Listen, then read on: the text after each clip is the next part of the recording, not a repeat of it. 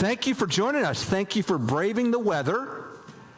If you're joining us online, thanks for joining us online. We are glad that you're with us. When I was a little boy, 7 years old, we had some relatives visit from Massachusetts. We were living in Michigan, and they were nigh unto stunned by my obsession with the Detroit Tigers. Just everything, I had posters, everything was all about the Tigers for me. Just to give you a snippet of that, when I was about 10 or 11, some of my classmates asked me, "Do you know who the Beatles are?"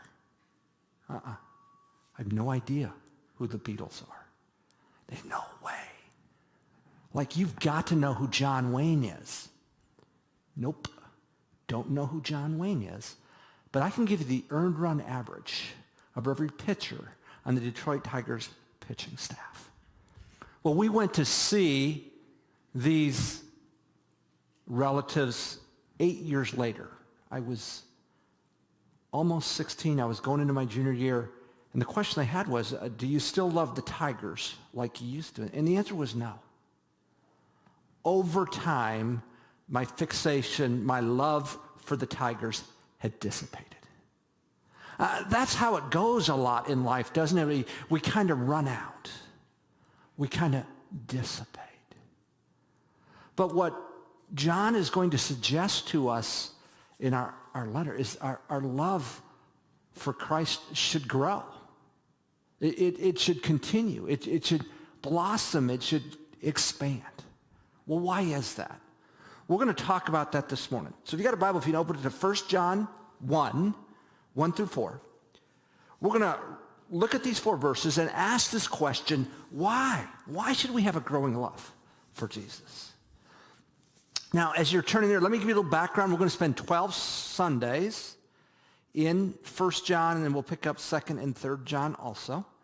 We'll have a little break for Easter in there, so it won't be consecutive, but 12 Sundays in total.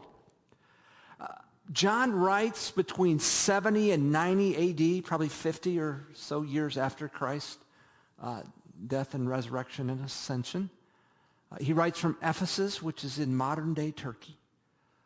And he writes because the church is in crisis. Some enlightened teachers said they have gotten a special insight from the Spirit, and they have new teaching about God, and yes, even Jesus. This teaching, in their thinking theology, the spiritual and the physical are separate.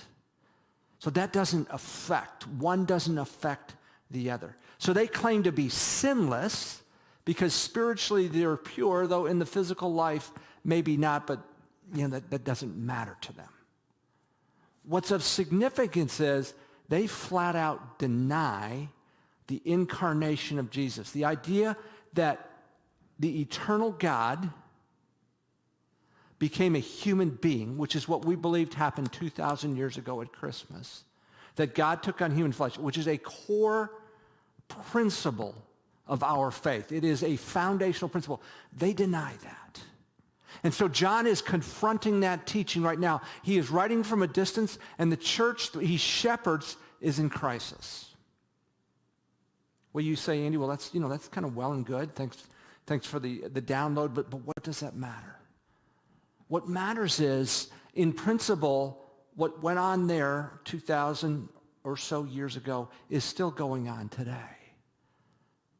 People are claiming their own insight to determine their own view of God.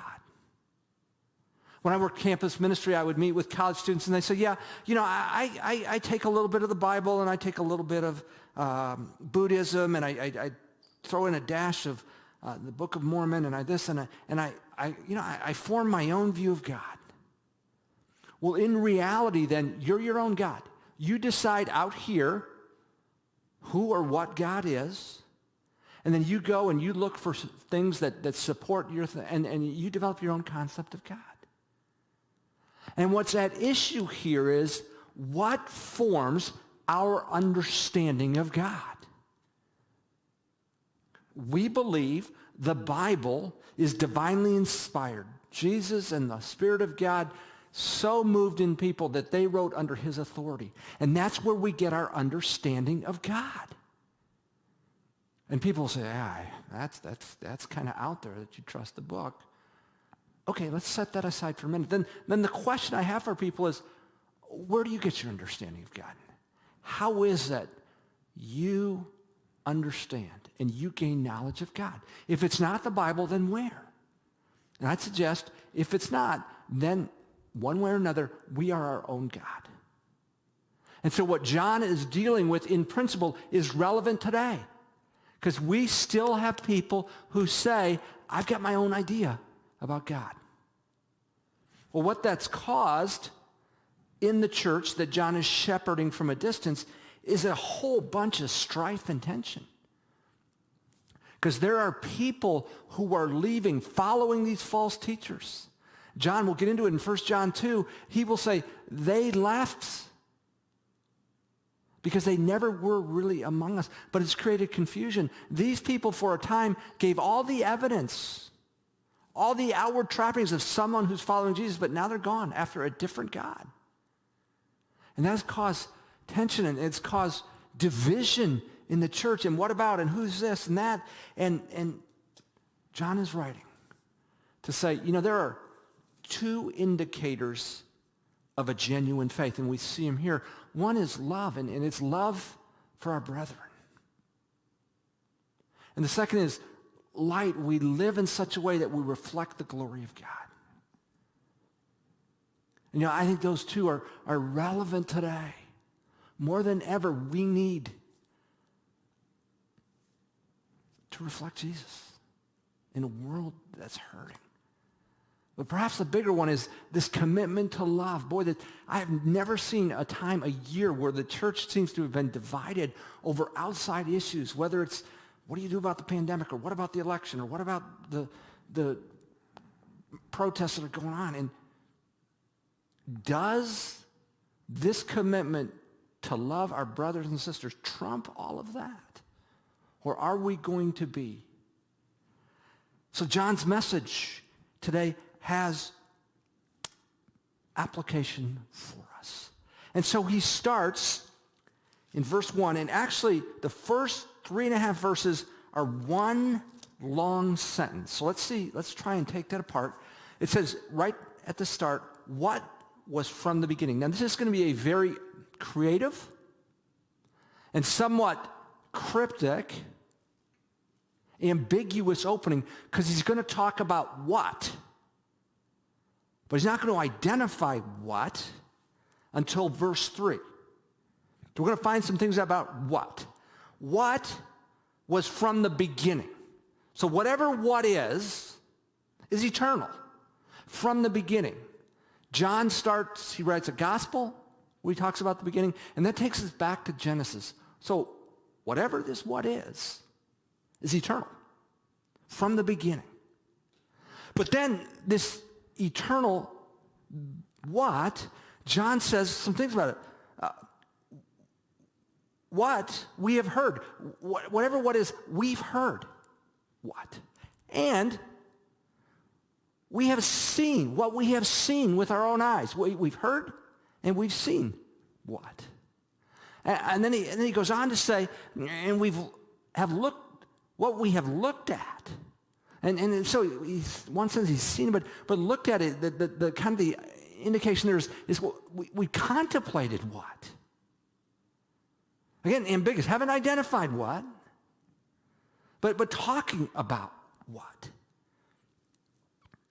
And touched this what with our own hands. So it's a really unusual opening. No greeting. Just starts talking about what. Doesn't identify what. Just says this what's eternal. We've heard what. We've seen what. We've contemplated what. We've even touched what. And then he says something at the end of verse 1 about what concerning the word of life. What brings life? Talks about that life in verse 2. And the life was manifested. It was made known. And we have seen and testified, proclaimed to you the eternal life, okay, which was with the Father. So this apparently this what was with the Father and was manifested to us. Okay, so then verse 3, we're finally going to get to it. What we have seen and heard we proclaim to you also, so that you may have fellowship with us. I'm going to come back to that. John's major concern, may have fellowship with us. And indeed, our fellowship is with the Father, and here's the identity, and with his Son, Jesus Christ. Jesus is eternal. Jesus was there when he spoke the world into existence.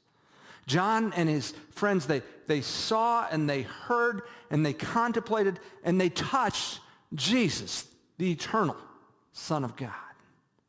And they said, man, he came from the Father to bring life. And this life is eternal. And this life has been manifested to us. So John's really excited to proclaim and to present this what to the people. And let me see if I can give you context for that. As I mentioned, I was from about age 7 to, 11, 12. I just mad, just crazy about the Tigers. And when I was 7, they won the World Series. They were down 3-1, and they came back, and they won. And I was just about to turn 8. That's just magic when you're a kid. And my favorite player was a catcher named Bill Freehand. And I had a poster of Bill Freehand in my room. And some company had a promotional thing, tips from the Tigers. And they had an infielder write about infielding and an outfielder write about outfielding, one somebody about hitting, one about pitching. But Bill Freehand wrote one about catching. So I read and reread tips from the Tigers on catching. And I started playing Little League Baseball when I was 8, and I was the catcher. So I was really into Bill Freehand. So 1969, we are at the Michigan State Fair. I'm 8, I'm going to turn 9, and there's a big, long line. And my parents say, hey, what's this line? I don't know. Well, why don't we get in it? Well, I want to do some rides. No, I think it would be worth getting in this. It's a long line, and you got to work your way up. And I'm kind of frustrated. And finally, you start to see marquees and sandwich boards. And my parents say, look, appearing today to sign autographs is who? Bill Freehand. I'm incredible. Are you serious? And so for the rest of it, I'm standing up and I'm looking. And I'm getting up there, and I get up there and I'm dumbstruck. I don't know what to say. He reached out to shake my hand. Shake your hand. Signs the thing. But you know what I talked about for the next number of weeks? I got to meet Bill Freehand. And I had an autographed ball. Now, you couldn't touch it, but you could see it. I got his autograph right here. I told everybody I met, Bill Freehand. How much more is John saying, you wouldn't believe who I met? I met the eternal Son of God. And he's come to bring life. And yeah, is he motivated about? Yeah. Is he excited about? You bet he is. He needs us to know that life has been made manifest in this Jesus. So, I need us to consider this question. If life is made manifest for us in Jesus, where are you and I looking for life? Where are we looking for life? Huskers? Super Bowl? Chiefs victory? Is that you sinners? Yes, it is. Job promotion, new house, graduate with honors, first chair clarinet. Yeah, I met with a friend this week. We had breakfast together. And he said, my wife and I are kind of bored. And I said to this friend, you know what? My wife and I have said the same thing. We're kind of bored because so much has been taken from us. want to go out to dinner? Well, you can do that, but maybe you want to go to the theater? This pandemic has challenged us, hasn't it? It's taken away stuff that it's kicked some crutches out from us. And it's forced us to wrestle with the question, where do we find life? Let's mine what we can of value from this. It's forcing us to wrestle with priorities. And yeah, honestly, where are we looking for life? Because John's pretty pumped up. He's pretty excited. He said, I found it in Jesus. And John said, I've heard, I've seen, I've contemplated, and I've touched. And I'm absolutely convinced Jesus brings life from now into eternity. Besides this letter, these three letters, 1st, 2nd, and 3rd John, John wrote a gospel. The gospel wasn't to a particular church per se, but it was John's recollections or his writings of what Jesus did. And he recorded many of the miracles that Jesus did. And he finished his gospel this way. And he says in John 20, verse 30 and 31, we'll put it up there. This is from his gospel. He says, therefore, many other signs Jesus also performed in the presence of the disciples, which are not written in this book. And there's a little hyperbole here, but these have been written so that you may believe that Jesus is the Christ, the Son of God, and that believing you may have life in his name. John said, I'm writing this gospel for this reason, so that you would believe in his name. I'm not pulling any punches. I don't want to be deceptive. I'm writing this record of his life so that you might believe in his name. So I need to ask you, you don't have to answer me out loud, but I need you to think about the question, what do you believe about Jesus? What's your conclusion? Now, he claims, and the gospel accounts claim, that he was the Son of God. He proved it through miracles and to authenticate it. And finally, he willingly went to the cross to pay for your sin and mine, was convicted and mocked of a trial, executed, put in a tomb on a Friday, and rose again on Sunday morning, sealing the deal for those who believe in, purchasing their salvation, and showing himself once and for all to be the eternal Son of God. My question is, what do you believe about Jesus? And you don't have to tell me, but you need to answer that question with God. Some of you here or some of you are watching online saying, well, Andy, I'm not sure, and that's okay. I got involved in the dorm Bible study as a freshman in college, and I took 6 months, and I heard this message of the gospel every week. 6 months, heard it once a week, at a minimum. But in February that year, 6 months later, I was just confronted again with the gospel, and I thought, I got to get in or get out on this thing. I got to believe what the Word of God says about Jesus, or I just got to stop going. So I encourage you to contemplate and consider Jesus. But there comes a time you need to make a decision. Are you in or are you out? John says he is the one who gives life. What do you believe about Jesus? So then John writes this letter as a pastor because his flock is under attack from teachers who are undermining the credibility, who are denying that Jesus is the incarnate Son of God. And John's saying there's no other way to connect with God. There's no other way to come to God and experience life. So we started wrestling with this question. Why?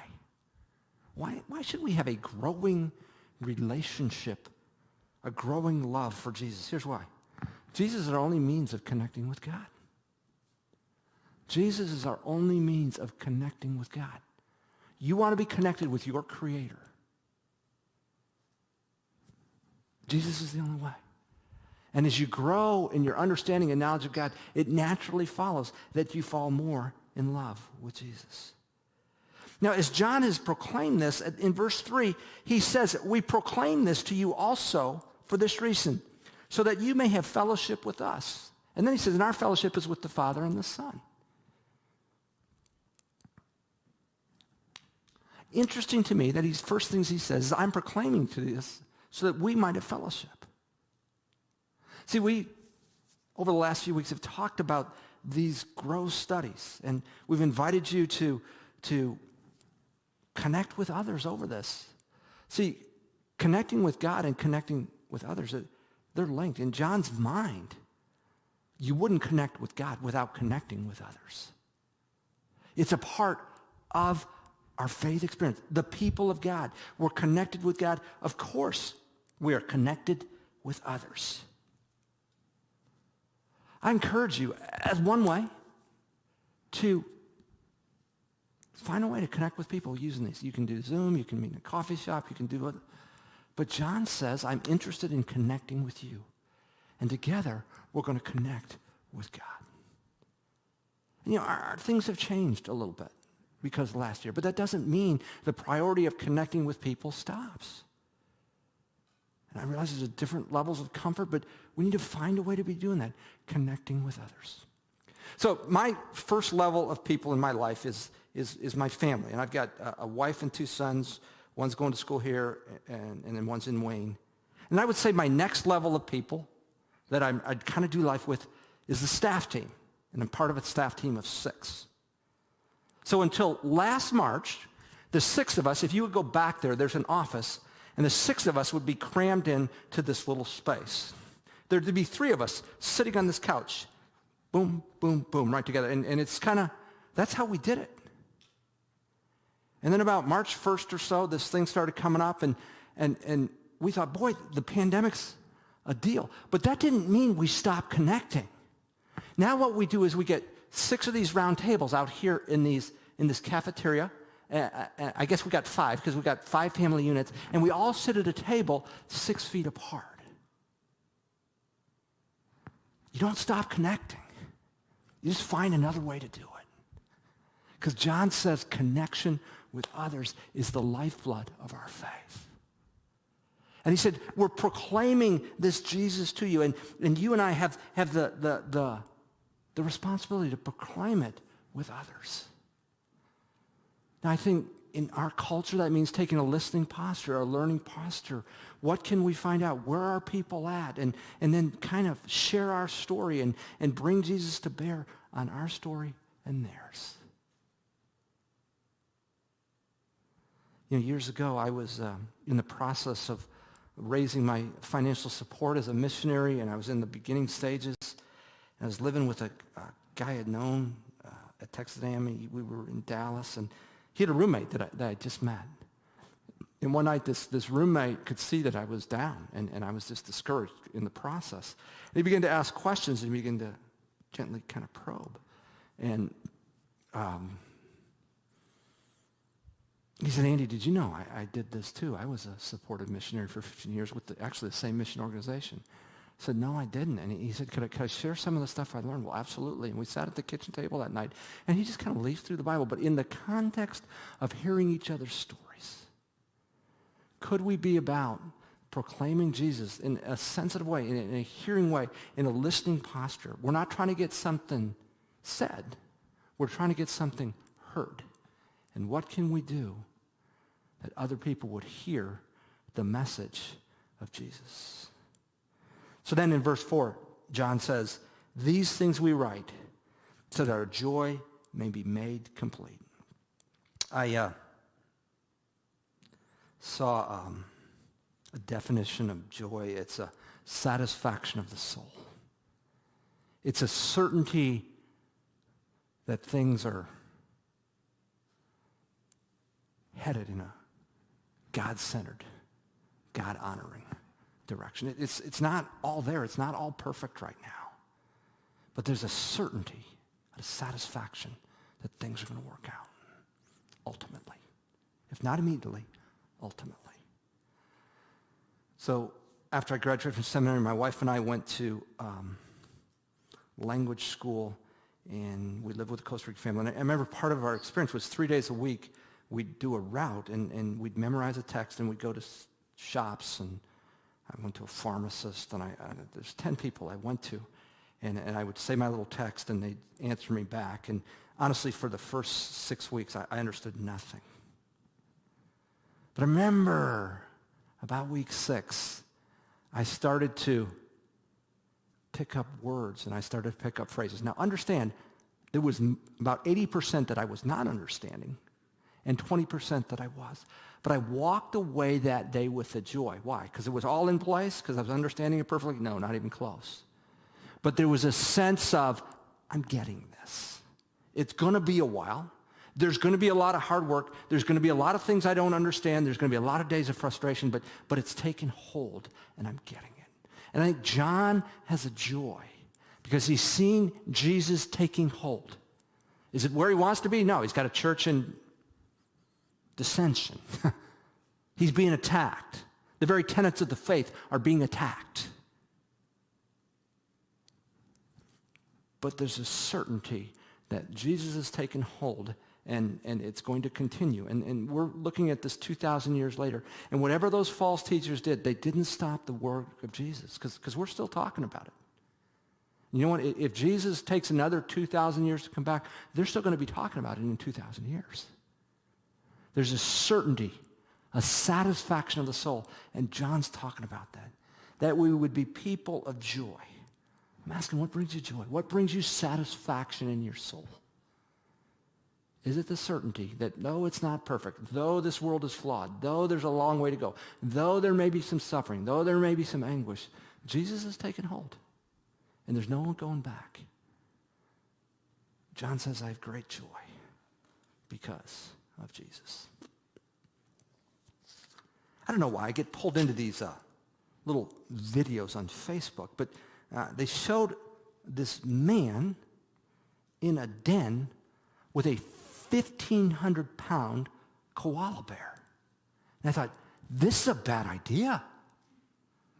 But how they do it, they play music, and then they have little writings that come up that explain what's gone on. Well, this man found this bear when he was a cub, and he raised him from when he was thing. And so when he walks in, this 1,500-pound koala bear comes up and starts pawing at him and stuff. And then this guy gets down on the ground, and the bear lays down with him and puts one big paw over him and then nuzzles him with this thing. And I thought, yeah, I'm not sure that's a great idea. But this guy, obviously, since this bear was a cub, had a growing love and a growing confidence in his relationship with a bear. But I thought, what a picture of where we should be with Almighty God, growing from the inception of our relationship with him, growing in our confidence, trusting him, laying ourselves open before him because we know him and our relationship is growing. Why is it that our relationship with Jesus, our love for Jesus should grow? It's the only way we can connect with God. It's the only way that we can connect with God.